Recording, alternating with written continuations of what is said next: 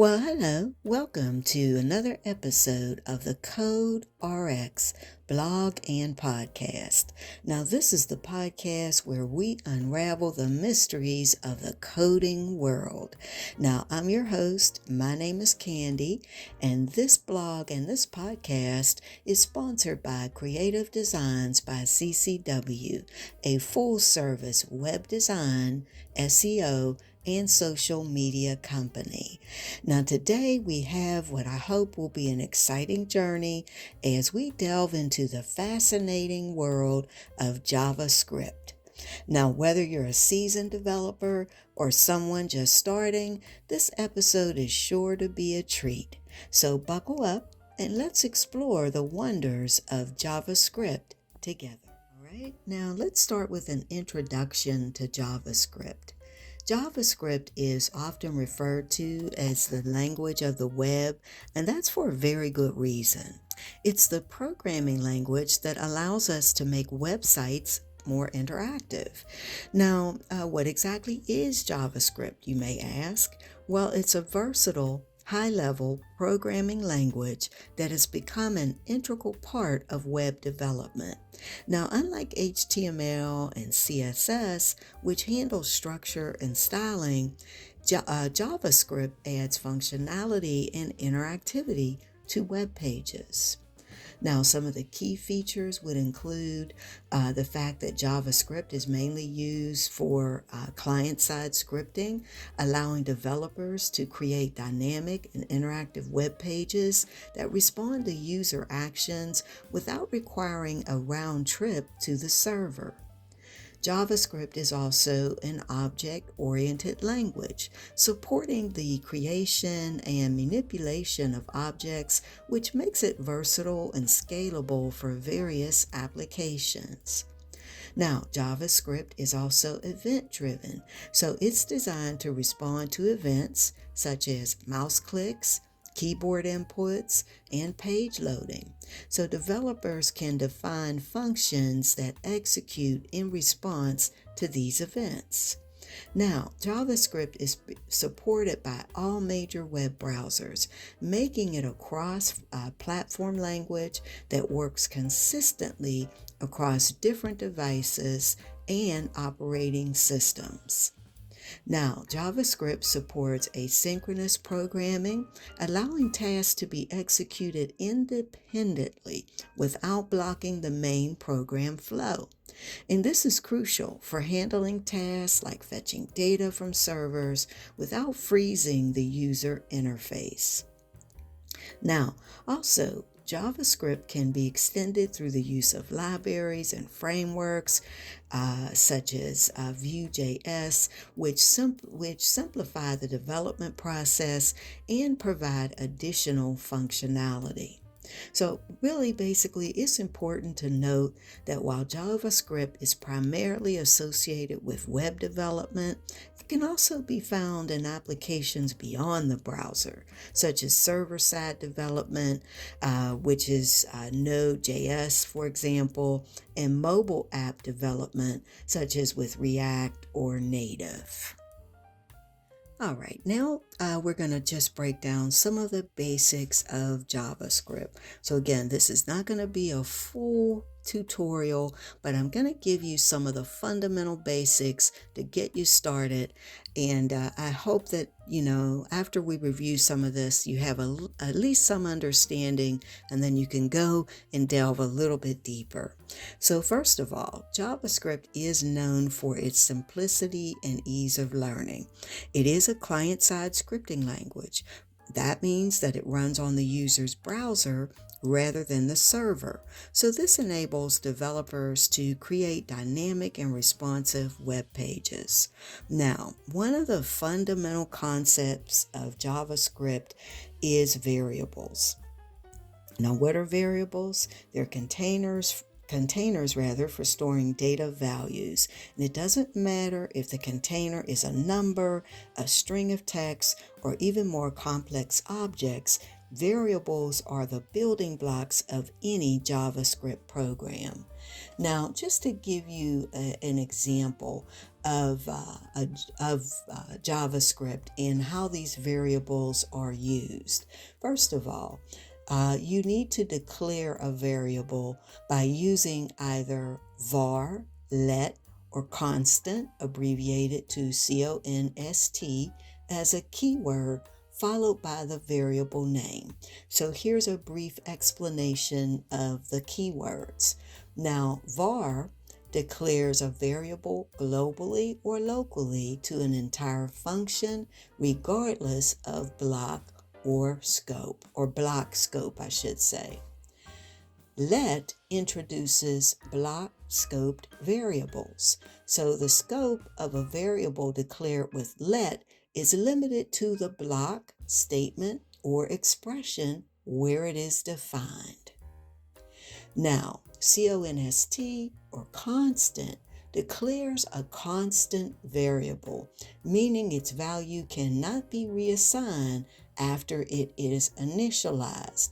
It also has block scope.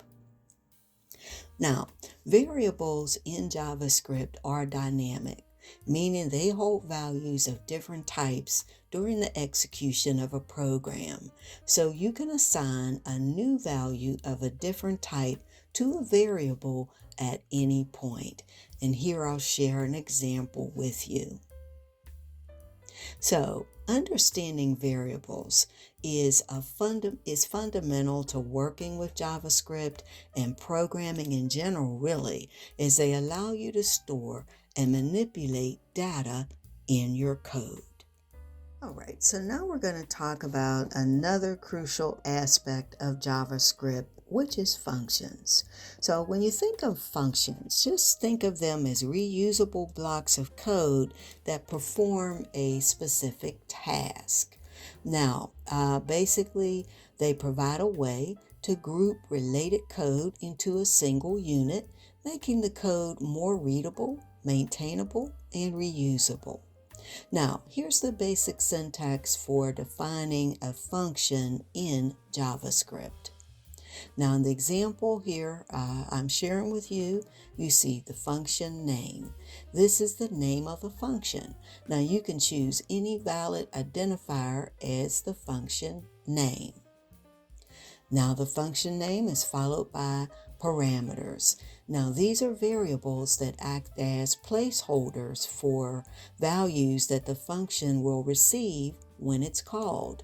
Now, the parameters are optional, and a function may have 0 or more parameters. Next, you see the code to be executed. This is the block of code that defines the functionality of the function. And then you see your return statement, which is also optional. The return statement is used to specify the value that the function should return after its execution. Now, if the function does not have a return statement, it simply returns undefined. So now, here's an example of a simple function. Now, in the example above, or the example you see on the screen, the greet function takes a name parameter and returns a greeting message. The function is then called with the argument John, and the result is stored in the variable greeting. Functions in JavaScript can also be defined using function expressions or arrow functions, which provide more flexibility in terms of where and how functions are declared. Now, here's an example of a function expression. Now, in this example, arrow functions, which were introduced in ECMA Script 6, provide a more concise syntax for defining your functions. Now, functions can be invoked or called multiple times with different arguments, making them a powerful and reusable tool in JavaScript programming. All right, now next let's talk about control flow. Control flow is another concept that determines the order in which statements are executed. Conditions, loops, and branching are essential tools in controlling the flow of your JavaScript program. Now, the flow of execution is based on conditions and decisions. So there are several control flow structures in JavaScript. The first is sequential execution. Statements are executed in the order they appear in the code from top to bottom.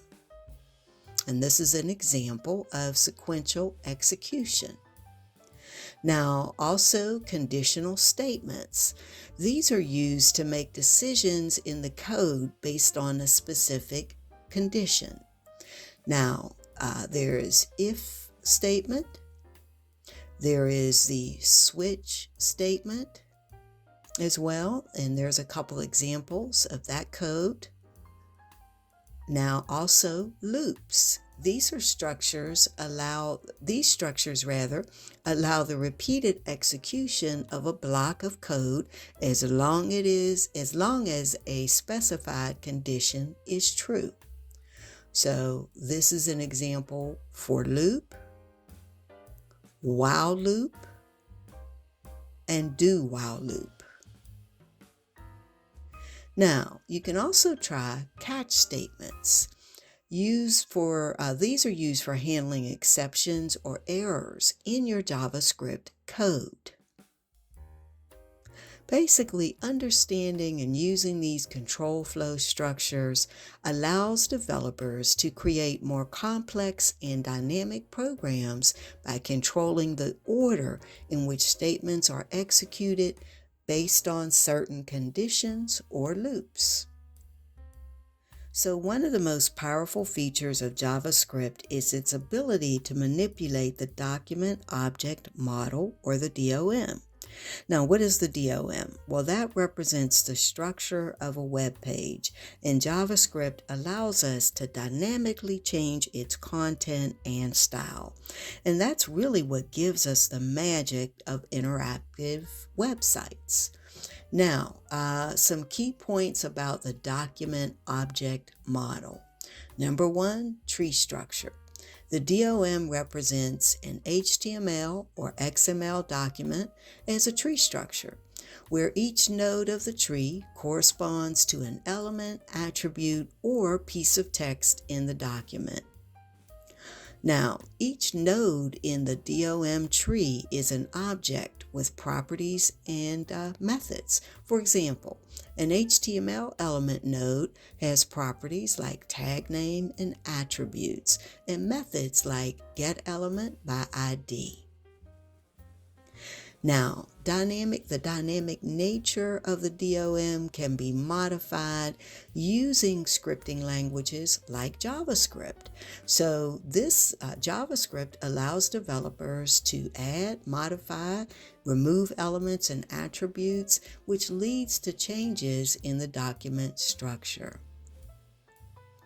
Now, for web developers, we often use the DOM to interact with web pages, and we do that using scripts. So JavaScript, for example, can be used to manipulate the DOM, which allows us to create those dynamic and interactive web applications that we all love.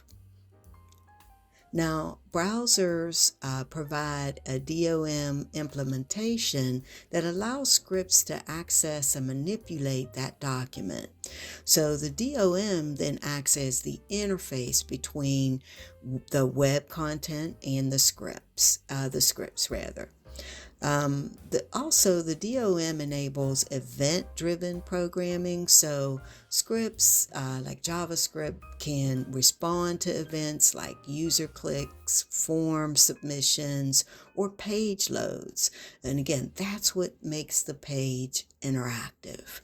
So basically, in summary, the DOM is a crucial concept in web development, providing a structured representation of a document, and it can be manipulated and interacted with using programming languages like JavaScript. Okay, so now I want to touch on some more advanced topics such as asynchronous programming, event handling, and object-oriented programming in JavaScript. Now, when you learn these concepts, they're going to take your coding skills to the next level and really open up some new possibilities for creating dynamic and engaging web applications. Now, let's start with asynchronous programming in JavaScript. This allows code to execute out of order, basically, without blocking the execution of the rest of the code. Now, this is particularly important when you're dealing with tasks that might take some time, such as fetching data from a server or maybe reading from a file. JavaScript achieves asynchrony through mechanisms like callbacks, promises, and more recently through async and await syntax. Now, these mechanisms enable developers to write non-blocking code and handle asynchronous operations more effectively and more efficiently. Now, let's talk about object-oriented programming, or OOP, in JavaScript. Now, JavaScript is a multi-paradigm language, and while it is prototype-based, it also supports object-oriented programming concepts. Now, in OOP, code is organized around objects, which are instances of classes. Now, the classes define the structure and the behavior of the objects, and objects can have properties or data and methods or functions. JavaScript introduces the concept of prototypical inheritance, where objects can inherit properties and methods from other objects. Now, with the introduction of ES6, JavaScript has more class-oriented syntax, which makes it easier to work with traditional class-based OOP. Now, event handling in JavaScript, let's talk about that, because event handling is a crucial part of web development, especially when dealing with user interactions. So in JavaScript, events are actions or occurrences that happen in the browser, such as a button click or a mouse movement or some keyboard input of some sort. Event handling involves defining functions or event handlers that should be executed when a specific event occurs. Now, these functions are then associated with HTML elements using event listeners. Now, event listeners listen for a particular event on a particular element, and then they trigger the associated function when the event occurs. This allows developers to respond to user actions and create dynamic and interactive web applications. Now, these concepts are foundational to the understanding and writing of effective JavaScript code. And I'm sure that you have some questions. If you'd like a little bit more detailed explanation on any of these topics, please feel free to leave a comment or send us an email. We'd love to hear from you, or visit our blog.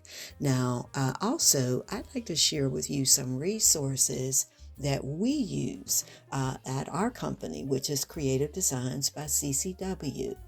First of all, Some great resources for learning JavaScript would be javascript.com. There you can you can take beginners courses, you can take more advanced courses, but it's a great website. It's interactive and a great resource if you're looking to, learn a bit more. Also, another site that we love is freecodecamp.org. Now, freecodecamp.org also has a YouTube channel, so I'll make sure to link the website as well as the YouTube channel in the description box. But there you can go and learn everything you want, whether it's HTML, CSS, JavaScript, you name it. They have a a tutorial for you. Now, another great site, especially when you get ready to start testing out your coding, would be to go to w3schools.com. There you can not only find information, whether it be JavaScript, SQL, Python, Java, PHP, you name it, but you can also test out your coding. Try it yourself because that's the best way to learn it. And again, I'll link all of these resources down in the description box, and hopefully you will go and visit, or again, go and visit our blog. And again, our blog is thecoderx.com. Now, that's all we have for you today. I hope you enjoyed this video. I'll be bringing you more videos like this and more podcasts like this. Very soon, you'll be able to listen to our podcast pretty much anywhere that you get your podcast now. And hope you'll hit the subscribe button today. We'd love to have you join the family. Again, thank you for listening, and I can't wait to talk to you again. And until then, happy coding.